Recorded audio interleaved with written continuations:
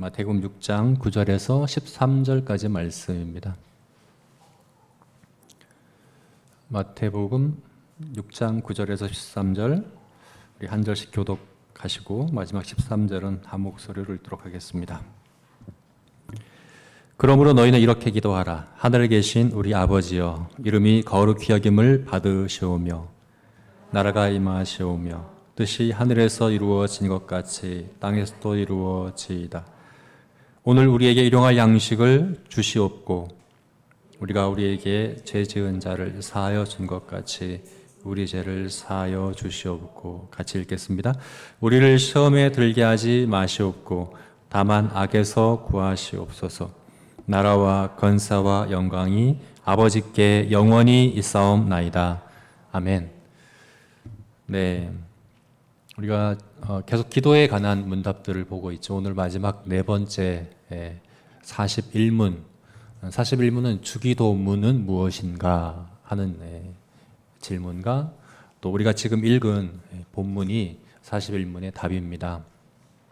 우리 기도에 관해서 여러 가지 질문들이 있을 수 있는데 종종 듣게 되는 질문이 이것입니다. 왜 우리가 기도해야 하느냐 하는 거죠. 하나님은 하나님이 작정하신 뜻대로 하나님의 섭리대로 역사하시는데 하나님이 정하신 대로 모든 것이 되어지는데 우리가 기도할 필요가 있느냐 하는 거죠. 어차피 하나님의 뜻대로 되는데 우리가 왜 기도해야 하느냐, 우리의 기도가 왜 필요한가, 이렇게 질문하는 것을 듣게 됩니다. 여러분 어떻게 생각하십니까? 맞습니다. 분명 하나님은 하나님의 작정과 섭리대로 일하십니다. 참새 한 마리가 땅에 떨어지는 것까지도 하나님의 뜻대로 되어집니다. 하나님의 정하신 대로 되어집니다.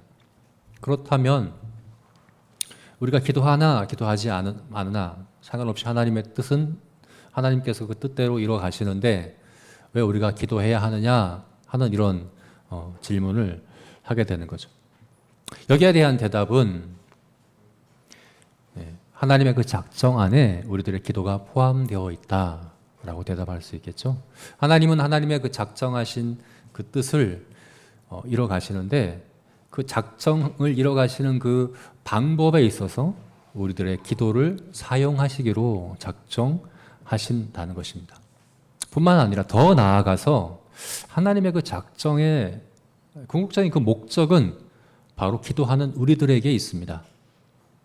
그래서 하나님은 기도하는 우리들이 그렇게 기도하기를 작정하시는 것이죠.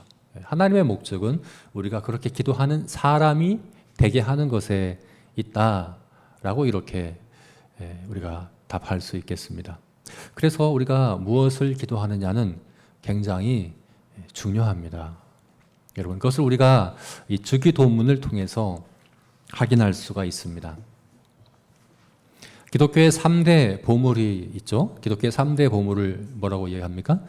사도신경과 십계명과 주기도문, 이것을 기독교의 3대 보물이라고 이야기하는데 이것은 지정의, 우리 지적인 진리에 관한 것이 사도신경이죠. 그리고 우리 의지에 관한, 우리가 실천해야 될, 순종해야 될 것들에 대한 것이 바로 십계명이라고 한다면 우리가 꿈꾸고 추구하고 소원하는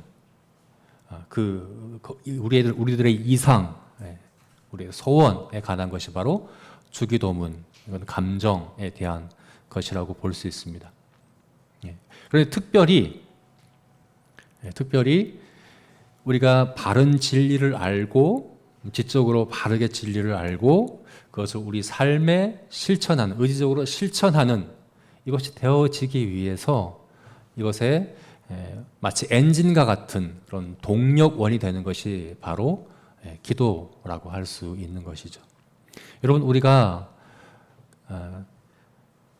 우리의 삶과 인격이 변화되는 것에 있어서 기도가 너무나도 중요합니다. 우리가 하나님의 백성답게, 천국 백성답게 살아가고 변화되는 데 있어서 기도가 너무나도 중요합니다. 이 주기도문을 통해서 우리가 그것을 확인할 수 있는데 특별히 전체 산상설교의 전체 구조 속에서 이것을 확인할 수 있죠. 우리가 작년에 산상설교를 우리가 나눴었는데요. 그 전체 구조를 다시 한번 제가 이제 설명해 드리면, 산상설교는 처음에 팔복으로 시작되죠. 5장 1절부터 5장 3절부터 16절까지, 이것은 이제 산상설교의 서론에 해당합니다. 그리고 마지막 결론은 7장 12절부터 27절까지인데, 여기서는 반석 위에 집을 짓는 자와 모래 위에 집을 짓는 자, 하나님 말씀을 듣고 행하는 것에 대해서 이야기를 하거든요. 그래서 서론과 결론, 이 산상수훈의 서론과 결론은 하나님 백성의 정체성, 천국 백성의 정체성에 대한 것이거든요. 복 있는 사람은 누구냐? 팔복이 이야기해 주는 게 천국 백성의 정체성을 이야기해 주는 것이고, 또한 그 사람은 하나님의 말씀을 듣고 그대로 행하는 사람, 순종하는 사람이라고 하는 천국 백성의 정체성, 반석 위에 집을 지은, 이것이 바로 이제 서론과 결론에 해당하는 것이죠. 그리고 산상수훈의 앞에서 두 번째, 끝에서 두 번째 해당하는 부분에는 어떤 내용들이 있습니까? 계명입니다. 예수님께서 계명들을, 10계명을 다시 설명하시죠. 앞부분에서는 제6계명부터 살인하지 말라는 말을 너희가 옛사람이 하는 것을 들었으나 나는 너에게 이르노니 라고 이야기하면서 살인과 간음과 결혼과 원수 갚는 것과 이웃 사랑에 대하여 계명을 다시 설명해 주는 부분이 이제 앞에서 두 번째 해당하는 것이고, 끝에서 두 번째도 계명에 대한 것인데, 여기서는 10계명의 제1계명을 다시 설명해 주시죠. 사람이 두 주인을 섬길 수 없다. 하나를 경히 여기며 하나를 중히 여기고 하나를 사랑하며 하나를 미워하느니라 라고 얘기하면서 제1계명에 관한 그 해설들을 하시는 것을 볼 수 있습니다. 이렇게 처음과 마지막에는 천국 백성의 정체성에 대해서, 그리고 그 안쪽에는 그 천국 백성이 어떻게 살아가야 하는지에 대해서 이렇게 이야기하고 있죠. 그리고 그 중심부에, 산상설교의 중심에 위치한 것이 바로 이 마태복음, 우리가 읽은 마태복음 6장에 해당하는데, 여기서는 천국 백성의 세 가지 경건 생활에 대해서 이야기를 하고 있죠. 세 가지 경건 생활은 뭡니까? 구제와 기도와 금식입니다.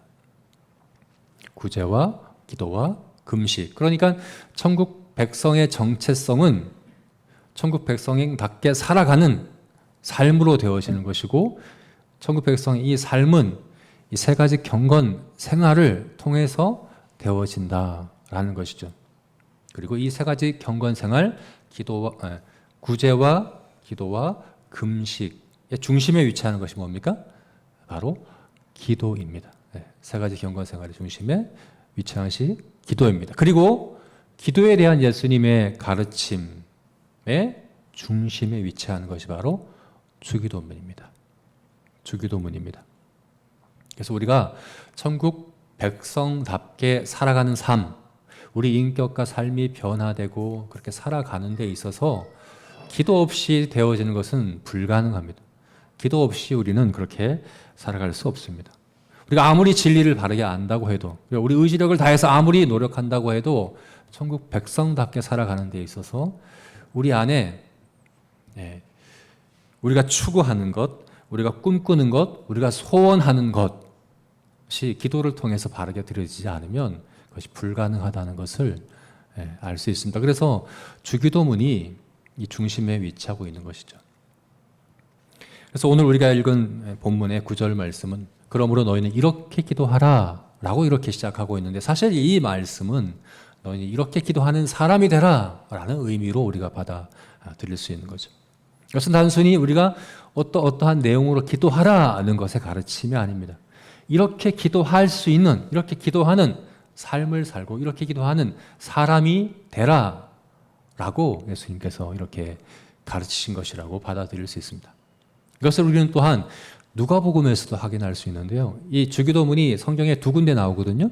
우리가 오늘 읽은 마태복음 6장과 누가복음 11장에도 주기도문이 나오는데, 주기도문 11장, 누가복음 11장 2절부터 4절까지 말씀에 나오거든요. 그런데 그 누가복음에서는 제자들이 먼저 예수님께 우리에게 기도를 가르쳐 주셔서 요청하는 것을 볼 수 있습니다. 11장 1절에서 세례 요한이 제자들에게 그의 제자들에게 기도를 가르쳐 준 것처럼 우리에게도 기도를 가르쳐 주옵소서라고 구할 때 예수님께서 주기도문을 가르쳐 주는 것을 볼 수 있게 됩니다. 여러분, 제자들이 왜 기도를 가르쳐 달라고 할까요? 기도할 줄 몰라서 가르쳐 달라고 한 것일까요? 그렇지 않습니다. 제자들은 다 유대인들입니다. 유대인들은 하루에 3번씩 늘 기도하는 사람들입니다. 그리고 3번씩 기도할 때에 사용하던 기도문이 있습니다. 그 기도문대로 늘 기도하는 사람들입니다. 기도할 줄 몰라서 기도를 가르쳐 달라고 하는 것이 아닙니다. 여기서 왜 그럼 기도를 가르쳐 달라고 한 것입니까? 이것은 바로 주님의 제자로서 천국 백성으로서 우리가 뭘 꿈꿔야 하는지, 뭘 추구해야 하는지, 우리의 소원과 우리의 이상이 무엇이어야 하는지를 가르쳐 달라는 그런 의미입니다. 그래서 세례 요한이 그의 제자들에게 가르쳐 준 것처럼 이렇게 이야기한 것이죠. 당시 세례 요한뿐만 아닙니다. 예수님 당시에는 이스라엘이 하나님의 나라로 회복되고 새롭게 될 것을, 이스라엘의 부흥을 꿈꾸는 이들이 많이 있었습니다. 메시아가 오시고 이스라엘이 회복될 것을 꿈꾸는 이들이 많이 있었습니다. 대표적으로 이제 열심당원이나 바리새파나 이런 사람들이 자기들 나름대로의 이스라엘의 회복과 부흥을 꿈꾸는 사람들이었어요. 그래서 그들은 자신들이 꿈꾸는 그 이상, 그 추구하는 그것을 기도를 통해서 표현하고 가르쳤던 거죠. 그래서 세례 요한도 그 제자들에게 기도를 가르쳤던 것입니다. 세례 요한이 하나님의 나라가 임했다라고 선포하며 그 하나님의 나라를 우리가 어떻게 추구해야 하는지를 기도를 통해서 가르쳤던 것입니다. 그래서 예수님의 제자들도 우리에게 기도를 가르쳐 주십시오. 우리가 무엇을 꿈꿔야 합니까? 우리가 무엇을 추구해야 합니까? 라고 이렇게 물은 것입니다. 여러분, 그렇습니다. 오늘 우리가 이제 41문, 뉴시티 교리문답 41문을 통해서 주기도문을 보게 될 텐데요. 이 주기도문은 단순히 무엇을 기도해야 하는지 기도의 내용을 가르쳐 주는 차원의 것이 아니라는 것을 우리가 기억해야 되겠죠. 그럼 무엇을 구하느냐보다 어떻게 구하느냐가 중요하다고 했죠. 사실 우리가 무엇을 구하느냐는 무엇을 구하는 사람이 되느냐를 위한 거죠. 그래서 이 기도를 통해서 우리는 천국 백성으로서, 하나님 백성으로서 우리가 무엇을 추구하는 삶을 살아야 하는지를 배울 수 있다는 것입니다. 그래서 오늘 우리 이 주기도문을 통해서 천국 백성으로 추구해야 될 삶의 모습이 어떠한지 3가지로 시간에 나누었으면 좋겠습니다. 작년에 우리 주기도문을 나누었거든요. 그 주기도문의 6가지 간구를 하나씩 자세히 설교를 통해서 나눴습니다. 그래서 오늘은 이 한 문답을 통해서 이 한 설교로 6가지를 다 이야기해야 되기 때문에 구체적으로 하나씩 다 다룰 수는 없고, 작년 3, 4월에 다뤘더라고요. 그래서 유튜브나, 작년에도 코로나였기 때문에 그 자료로 잘 남겨져 있습니다. 유튜브나 팟빵에서 보시면 주기도문의 6가지 간구가 하나씩 설교된 내용이 있으니까 그 설교를 통해서 여러분 참고하시면 좋을 것 같고, 오늘은 각각의 이 간구를 다루기보다 이 6가지 이 간구, 이 주기도문이 전체적으로 우리에게 이야기해주고 있는 3가지 강조점에 대해서 나누고자 합니다. 이 주기도문이 우리에게 가르치고 있는 천국 백성의 삶, 무엇을 우리가 추구하는 삶이 되어야 하는가를 이 3가지로 이 시간에 나눴으면 좋겠습니다. 첫 번째는 하나님 중심적인 삶을 추구하라는 것이고, 두 번째는 공동체 중심적인 삶을 추구하라는 것이고, 세 번째는 하나님의 나라를 추구하는 삶을 우리에게 이야기해 주고 있습니다.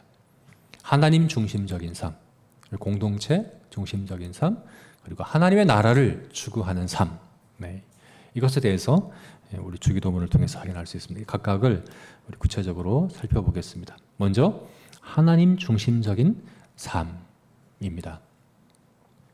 여러분, 주기도문은 6개의 강구로 되어 있죠. 마태복음은 6개의 강구로 되어 있습니다.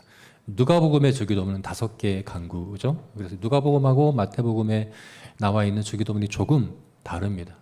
아주 근본적인 의미에 있어서는 같지만 그 표현 방식에 있어 조금 차이가 나는데 마태복음은 특별히 6개의 간구로 되어 있습니다.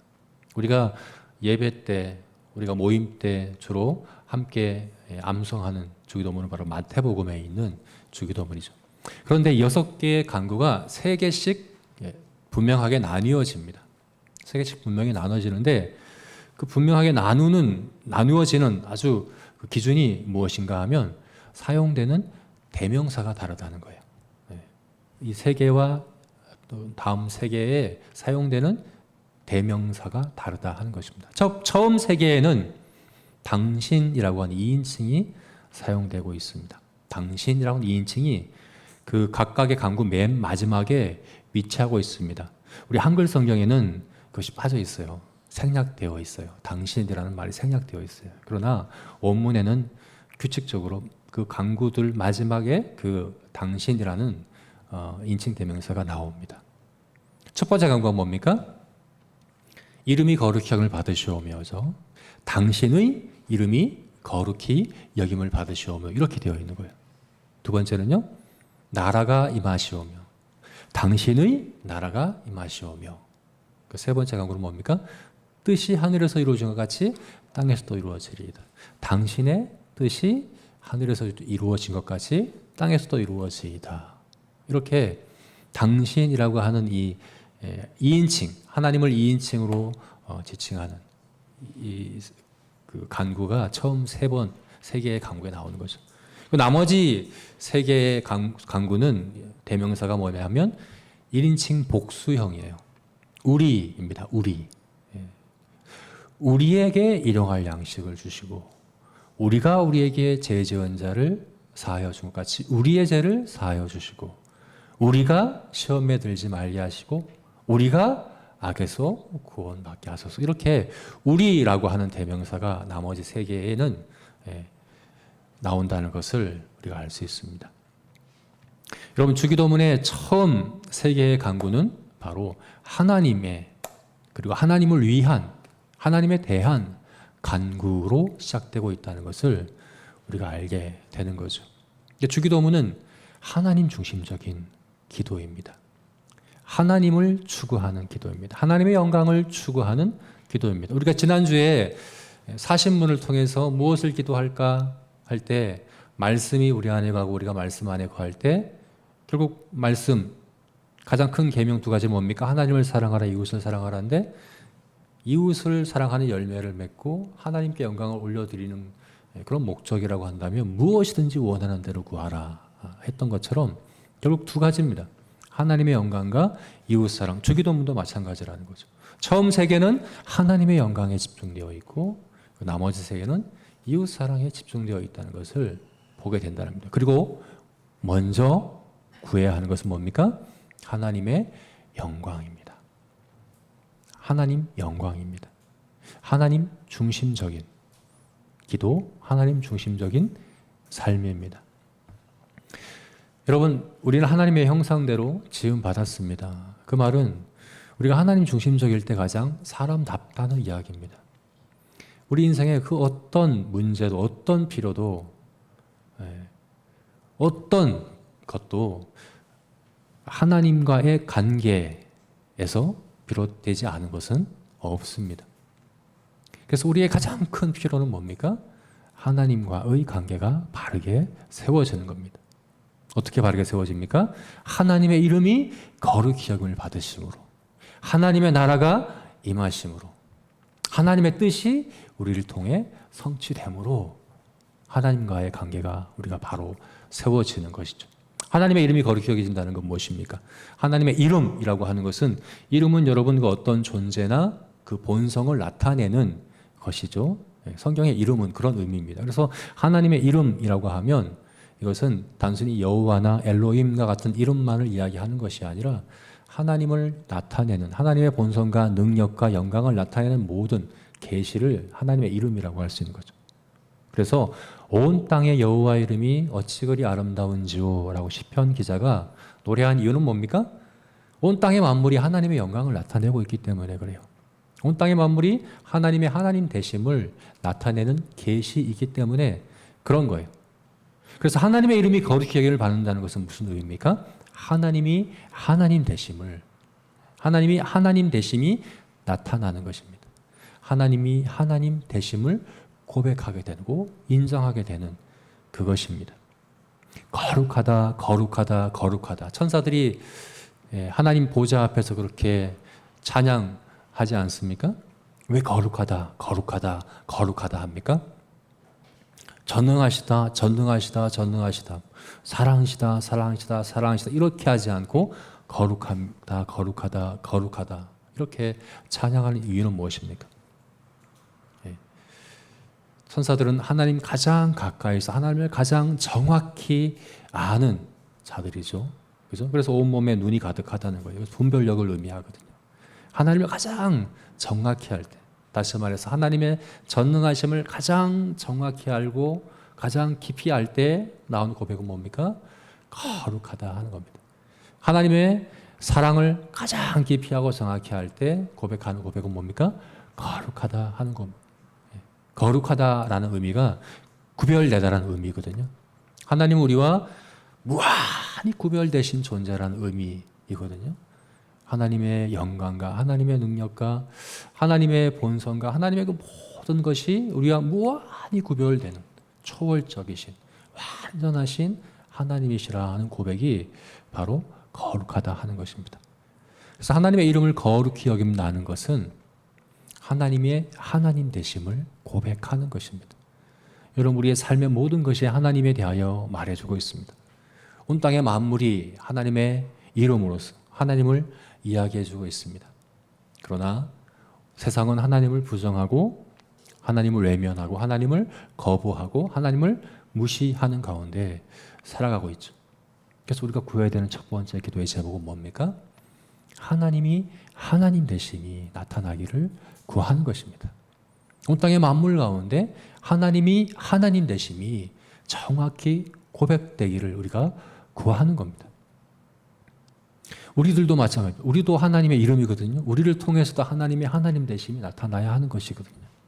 나의 삶을 통해서, 나의 생각을 통해서, 나의 말을 통해서, 나의 모든 관계를 통해서 하나님이 하나님 되심이 나타나게 하옵소서. 하나님의 이름이 거룩히 여겨지게 하옵소서. 이것이 우리들의 첫 번째 우리 마음의 간구여야 한다는 거죠. 추구하여 해야 하는 이상이어야 한다는 거죠. 소원이어야 한다는 거죠. 그리고 또한 또 무엇을 구해야 됩니까? 하나님의 나라가 임하기를. 하나님의 나라가 임하기를. 여기서 하나님의 나라는 하나님의 통치를 의미하거든요. 여기서 나라란 킹덤입니다. 킹덤, 왕이 다스리는 나라. 왕의 주권이 임하는 것을 이야기하는 겁니다. 하나님의 통치가 임하기를. 하나님의 통치가 만물 가운데, 특별히 성도들 가운데, 그리고 주의 재림으로 말미암아 임하는 그 영광의 통치로. 그래서 이 웨스트민스터 소요리 문답에서는 이 하나님의 나라를 세 가지로 이야기하죠. 능력의 통치, 은혜의 통치, 영광의 통치. 능력의 통치는 뭡니까? 만물 가운데 하나님이 다스리시는 겁니다. 만물 가운데 하나님이 통치하시는 것입니다. 은혜의 통치는 뭡니까? 특별히 구원받은 백성들, 하나님 자녀들을 다스리는 것입니다. 만물을 다스리는 것과 하나님 백성을 다스리는 것이 다릅니다. 어떻게 다를까요, 여러분? 어떻게 다를까요? 만물을 다스리는 것에 있어서는 하나님은 능력으로 다스리십니다. 전능하심으로 다스리십니다. 그래서 불순종하는 자들도 사실은 하나님이 다스리셔요. 사탄도, 불신자들도, 하나님을 거부하고 외면하는 자들도 하나님의 뜻대로 살아가고 있습니다. 하나님의 뜻을 벗어날 수가 없어요. 그래서 이것은 하나님의 능력으로, 강권적으로 다스리시는 것을 의미합니다. 그래서 예수님이 이 땅 가운데 오시자 그 하나님의 능력의 통치가 어떻게 나타났습니까? 예수님이 가는 곳마다 귀신들이 소리 지르며 예수님 앞에 나오게 되는 거죠. 예수님께서 하나님의 나라를 선포하시자 하나님의 강권적인 능력으로, 전능하신 능력으로 하나님을 거부하고 하나님을 거역하던 죄와 죄의 여러 가지 악한 부작용들과 그 결과들이 회복되는 역사들이 나타나는 것이 바로 능력의 통치가 임하는 것이라고 한다면, 은혜의 통치는 무엇입니까? 하나님 백성이 하나님의 뜻을 이뤄가는 것인데, 이것은 순종함으로 되어집니다. 하나님 백성은 순종함으로 되어집니다. 우리 마음에 자원하여서, 우리 마음의 기쁨으로 하나님의 뜻을 기뻐하며 스스로 원하여서 순종함으로 이루어집니다. 그래서 하나님은 하나님 백성들을 은혜로 다스리십니다. 은혜로 다스리십니다. 우리들의 의지와 상관없이 초자연적인 역사로 기적을 통해서 그렇게 강제로 우리에게 하나님의 뜻을 이루어가는 것이 아니라, 우리 마음 안에 성령으로 역사하셔서 우리를 변화시키시고 우리를 설득하시고 우리를 깨닫게 하셔서 우리가 하나님의 뜻에 적극적으로 순종하게 하심으로 그렇게 우리를 다스리시는 거죠. 영광의 통치는 무엇입니까? 마지막 주림, 재림 하실 때에 온 땅과 만물 가운데 하나님의 주권이, 통치가 완전하게 성취되는, 그것이 바로 영광의 통치가 임하는 것이죠. 그래서 하나님의 나라는 이 세 가지죠. 능력의 나라, 은혜의 나라, 영광의 나라가 임하는 것입니다. 우리가 기도할 때 이것을 구해야 하는 거죠. 하나님의 나라가 임하게 하옵소서. 하나님, 우리들의 죄와 또 이 땅의 부패함으로 말미암아 있는 모든 것들, 죄와 불순종과 또 그로 말미암은 모든 고통과 모든 문제와 모든 재난과 그 모든 것들 가운데, 그 질병이든 가난이든 그 무엇이든 그 모든 압제와 고통으로부터 우리를 회복시켜 주시고 건져 주시도록, 하나님의 능력이 임하도록, 하나님의 능력으로 다스림이 나타나도록 우리가 구하는 것이죠. 그러나 거기에 목적이 있지 않습니다. 여러분, 능력의 통치는 은혜의 통치를 위한 것입니다. 그래서 성도들 가운데에도 여러 가지 재난이 있는 거예요. 고난이 있는 거예요. 가난이 있는 거예요. 여러 가지 문제들이 있는 거예요. 주님이 다스리시는데 왜 성도들은 이런 문제들을 만납니까? 이런 의문을 가질 수 있는데, 그것은 바로 우리를 은혜로 통치하시기 위해서 그렇습니다. 우리가 자원하여 하나님의 뜻에 순종하는 하나님 백성 되게 하시고자 하나님 우리의 그런 고난들을 허용하시기도 하십니다. 그래서 능력의 통치는 반드시 은혜의 통치를 위한 것입니다.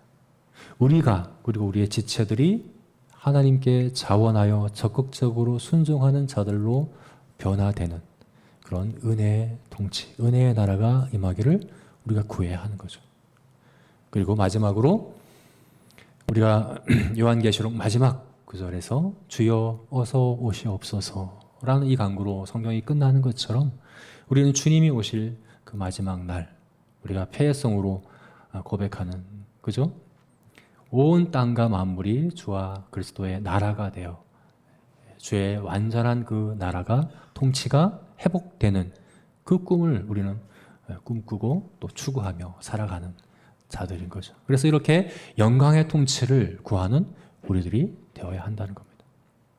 마지막으로 하나님의 뜻을 구해야 합니다. 하나님의 뜻이 이루어지기를 구해야 합니다. 하나님의 뜻이 하늘에서 이루어진 것 같이 땅에서도 이루어지게 하소서. 여러분, 하늘의 뜻과 땅의 뜻이 연결된다는 거죠. 우리의 기도를 통해서, 또 우리들의 삶을 통해서 연결되기를 우리가 구하는 거죠. 예수님은 정말 하늘의 뜻과 이 땅에서의 뜻이 하나로 연결되는 열쇠가 우리에게 있다고 말씀하셨습니다. 너희가 땅에서 매면 하늘에서도 매일 것이고, 너희가 땅에서 풀면 하늘에서도 풀리리라 말씀하시며, 하늘에서 하나님께서 정하신 뜻이 이 땅 가운데 펼쳐지는 데에 그 통로로 사용되는 것이 바로 우리들이라는 겁니다. 특별히 우리들의 기도가 그러해야 한다는 것입니다.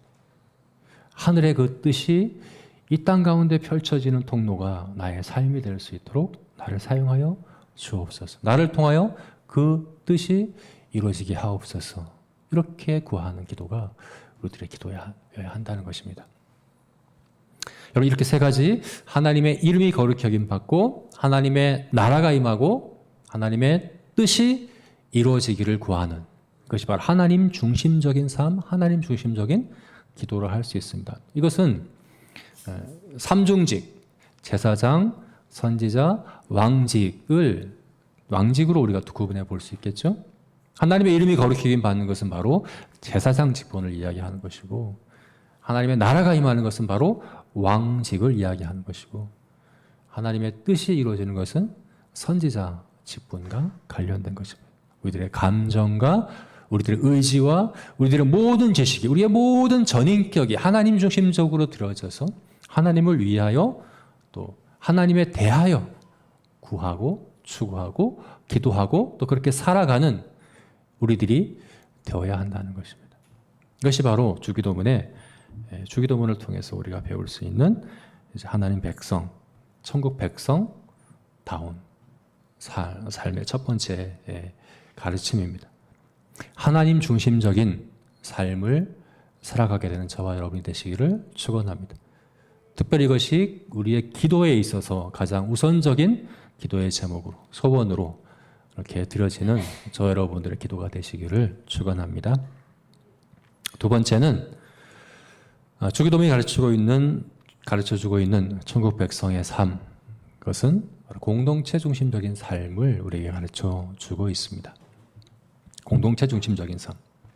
앞서 이야기한 것처럼 주기도문의 6개의 간구는 처음 3가지는 당신이라는 인칭대명사로 되어 있고, 나머지 3가지는 우리라고 하는 인칭대명사로 되어 있죠.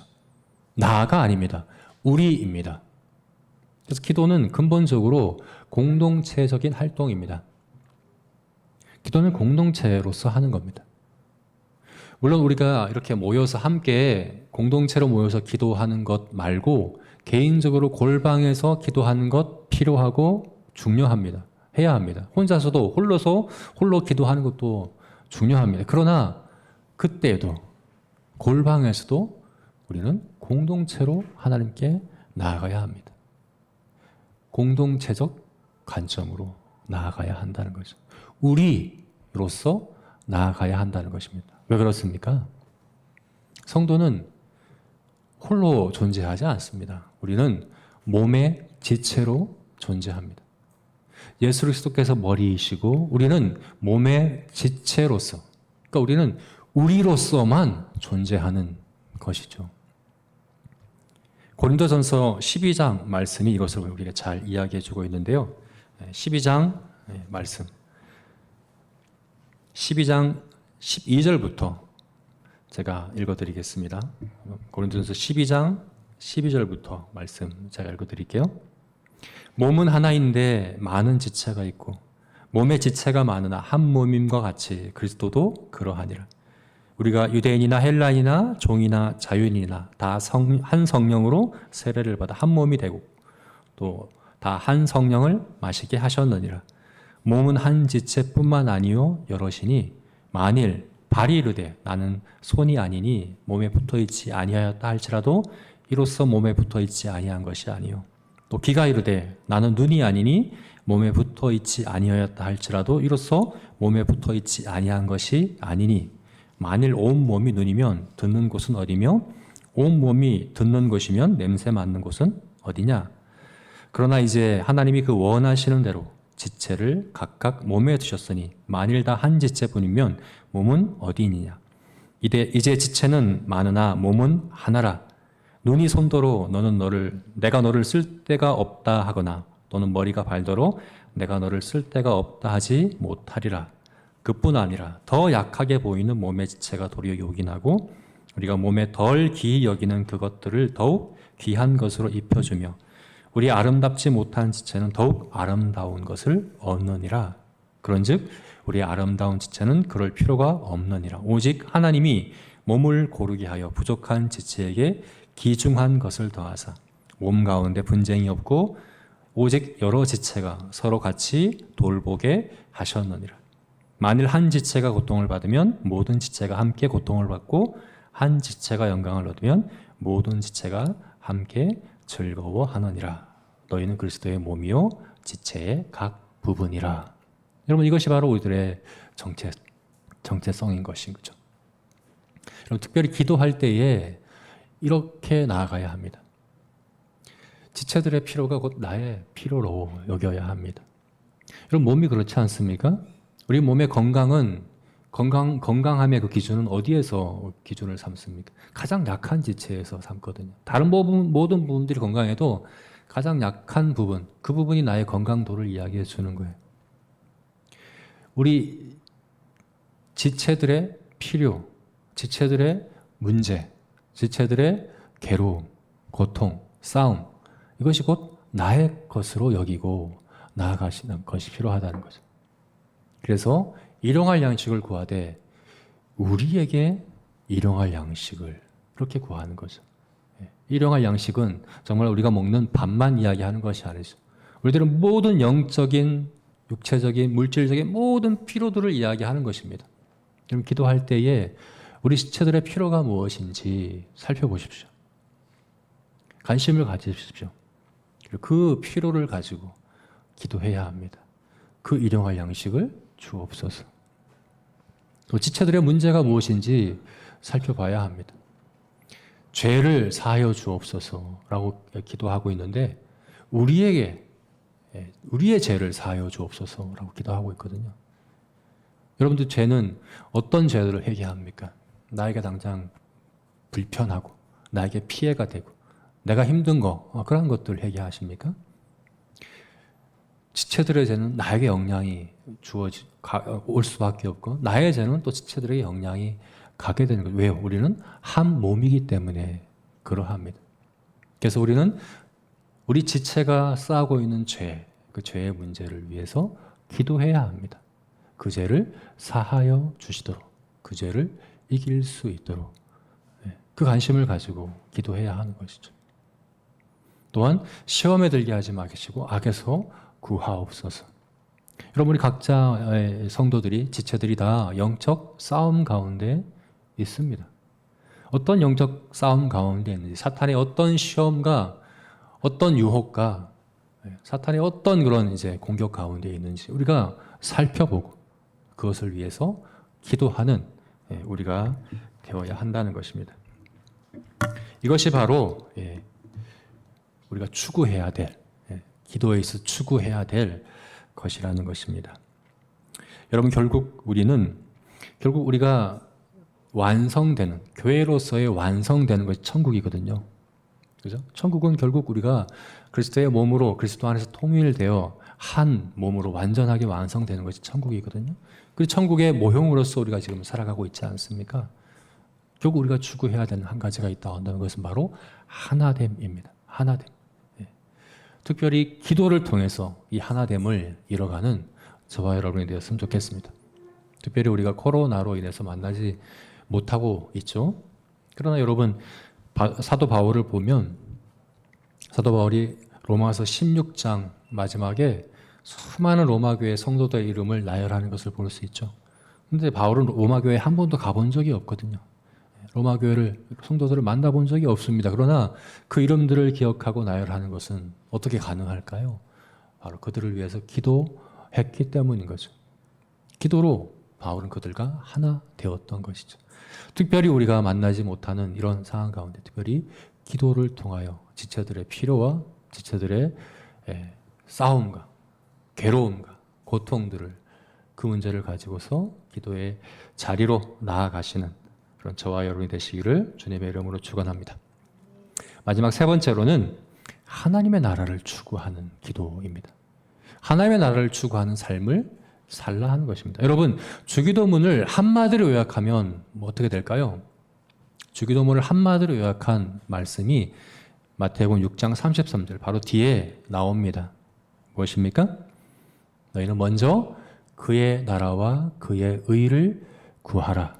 그리하면 이 모든 것을 너희에게 더하시리라. 여러분 이것이 주기도문을 한마디로 요약한 것입니다. 주기도문의 이 6가지 강구를 하나의 강구로 딱 요약하면 뭐라고요? 그의 나라와 의를 구하는 겁니다. 그의 나라를 구하는 겁니다. 6개 강구 다 그렇습니다. 여러분 하나님의 이름이 거룩히 여김을 받는 것은 어떻게 가능합니까? 하나님의 나라가 임함으로 그렇게 되는 것입니다. 하나님의 뜻은 어떻게 이 땅 가운데 이루어집니까? 하나님의 나라가 임함으로 되어지는 것입니다. 우리에게 필요한 일용할 양식은 무엇입니까? 이 일용할 양식이라는 것의 문자적인 의미가 뭡니까? 이것은 군인들의 일일 배급량이거든요. 일일 배급량. 결국 일용할 양식은 사명을 위해서 필요한 필요를 이야기하는 겁니다. 군인들은 해야 될 사명이 있습니다. 그래서 일일 배급량이 주어집니다. 군인들은 보급품을 걱정하지 않습니다. 필요한 만큼 정확하게 정확한 때에 주어질 것을 보장받는 것이 바로 군인들인 거죠. 우리는 일용할 양식을 하나님께 구합니다. 왜 그렇습니까? 우리는 바로 하나님의 나라 위한 싸움 가운데 있는 군인들이기 때문이죠. 우리의 사명은 바로 하나님의 나라에 있기 때문에 그러한 거죠. 그 사명을 위해서 필요한 것들을 하나님께 구하는 것, 이것이 바로 일용할 양식인 거죠. 우리가 죄의 사함을 구하는 이유는 무엇입니까? 결국 이 땅 가운데 하나님의 나라가 임하는 것은, 하나님의 통치가 이루어지는 것은 하나님을 거부하고 거역하는 죄가 정복되는 것이기 때문에 그러합니다. 결국 죄사함과 죄로부터의 승리를 구하는 것은 바로 하나님의 나라를 구하는 것과 같은 것이죠. 우리가 시험에 들지 않고 악에서 구원받는 것도 마찬가지죠. 악한 자, 사탄과의 싸움은 결국 하나님의 나라의 완성을 위한 그런 강구라고 우리가 볼 수 있는 거죠. 그래서 이 6가지의 강구를 하나로 한마디로 요약한다고 한다면 바로 하나님의 나라를 구하는 것이라고 볼 수 있습니다. 여러분, 특별히 우리가 기도할 때에 하나님의 나라에 초점을 두어야 합니다. 우리가 지난주에 봤던 사신문과는 좀 구별되게, 사신문에서는 말씀이 우리가 말씀 안에 거할 때 사랑을 위하여 또 하나님의 영광을 위하여 무엇이든지 구하라는 것을 우리가 보았지만, 오늘 이 주기도문을 통해서는 거기에 더해서 하나님의 나라 위하여서 무엇이든지 구하라는 것으로 우리가 볼 수 있는 것이죠.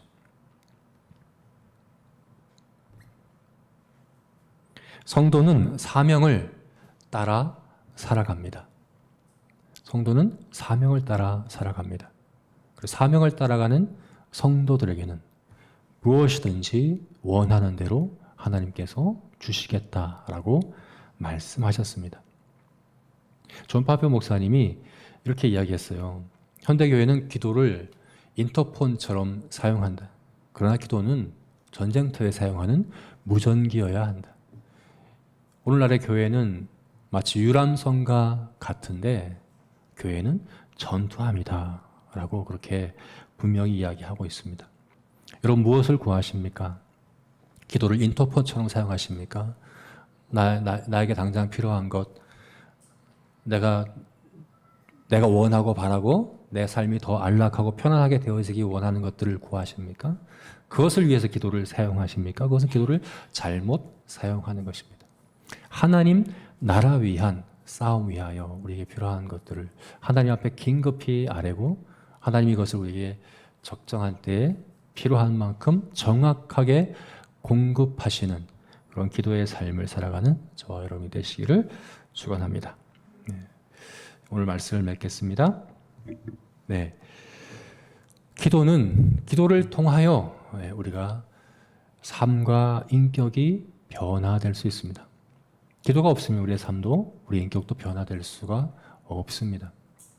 그래서 주님께서 우리에게 주님께서 가르쳐 주신 기도, 주기도문을 우리에게 말씀해 주셨습니다. 이것이 우리에게 가르쳐 주고 있는 성도의 삶, 그것은 바로 하나님 중심적인 삶, 공동체 중심적인 삶, 그리고 하나님 나라 중심적인 삶입니다.